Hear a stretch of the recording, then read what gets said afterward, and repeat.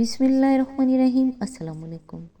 تلاوت قرآن پاک کی کثرت قرآن پڑھنے والے کے نفس کی تربیت کرتی ہے، اس کو پتہ ہی نہیں چلتا اور اس کا ایمان بڑھ رہا ہوتا ہے، حتیٰ کہ اس کا ایمان بہت بڑھ جاتا ہے، اس کا دل بہت مطمئن ہو جاتا ہے، اس کی زندگی مبارک بن جاتی ہے۔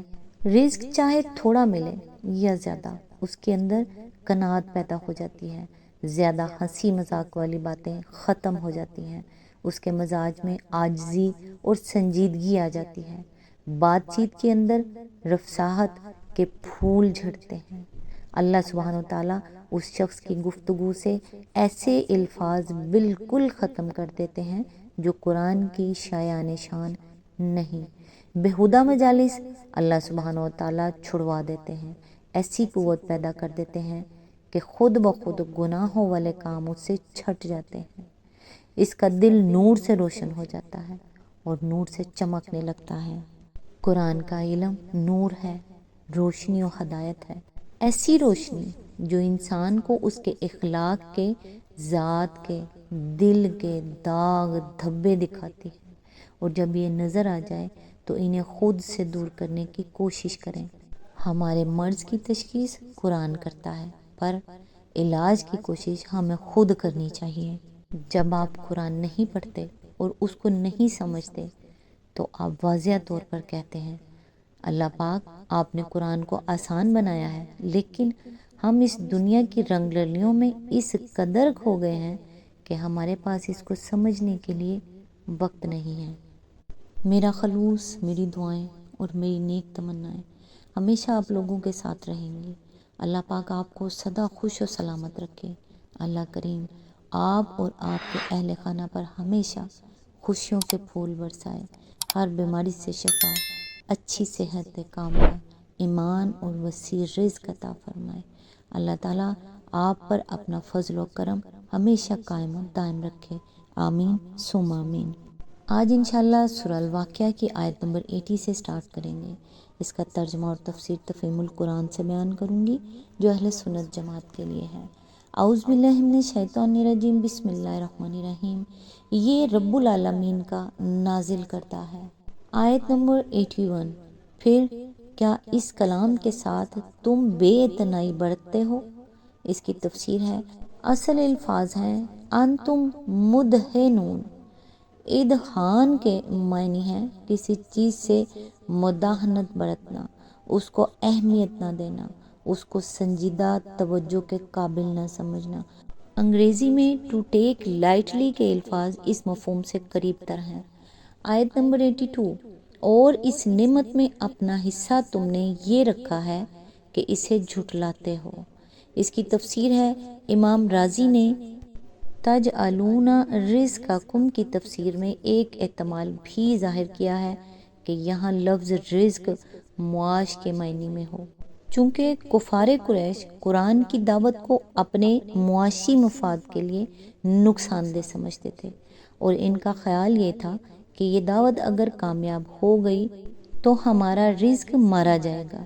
اس لیے اس آیت کا یہ مطلب بھی ہو سکتا ہے کہ تم نے اس قرآن کی تکذیب کو اپنے پیٹ کا دھندا بنا رکھا ہے، تمہارے نزدیک حق اور باطل کا سوال کوئی اہمیت نہیں رکھتا، اصل اہمیت تمہاری نگاہ میں روٹی کی ہے، اور اس کی خاطر حق کی مخالفت کرنے اور باطل کا سہارا لینے میں تمہیں کوئی تامل نہیں۔ آیت نمبر 83۔ تو جب مرنے والے کی جان حلق تک پہنچ چکی ہوتی ہے۔ آیت نمبر 84۔ اور تم آنکھوں سے دیکھ رہے ہوتے ہو کہ وہ مر رہا ہے۔ آیت نمبر 85۔ اس وقت تمہاری بنسبت ہم اس کے زیادہ قریب ہوتے ہیں مگر تم کو نظر نہیں آتے۔ آیت نمبر 86۔ اب اگر تم کسی کے محکوم نہیں ہو اور اپنے اس خیال میں سچے ہو۔ آیت نمبر 87۔ اس وقت اس کی نکلتی ہوئی جان کو واپس کیوں نہیں لے آتے؟ آیت نمبر 88۔ پھر وہ مرنے والا اگر مقربین میں سے ہو۔ آیت نمبر 89۔ تو اس کے لیے راحت اور عمدہ رزق اور نعمت بھری جنت ہے۔ آیت نمبر 90، اور اگر وہ اصحاب یمین میں سے ہو۔ آیت نمبر 91، تو اس کا استقبال یوں ہوتا ہے کہ سلام ہے تجھے، تو اصحاب الیمین میں سے ہے۔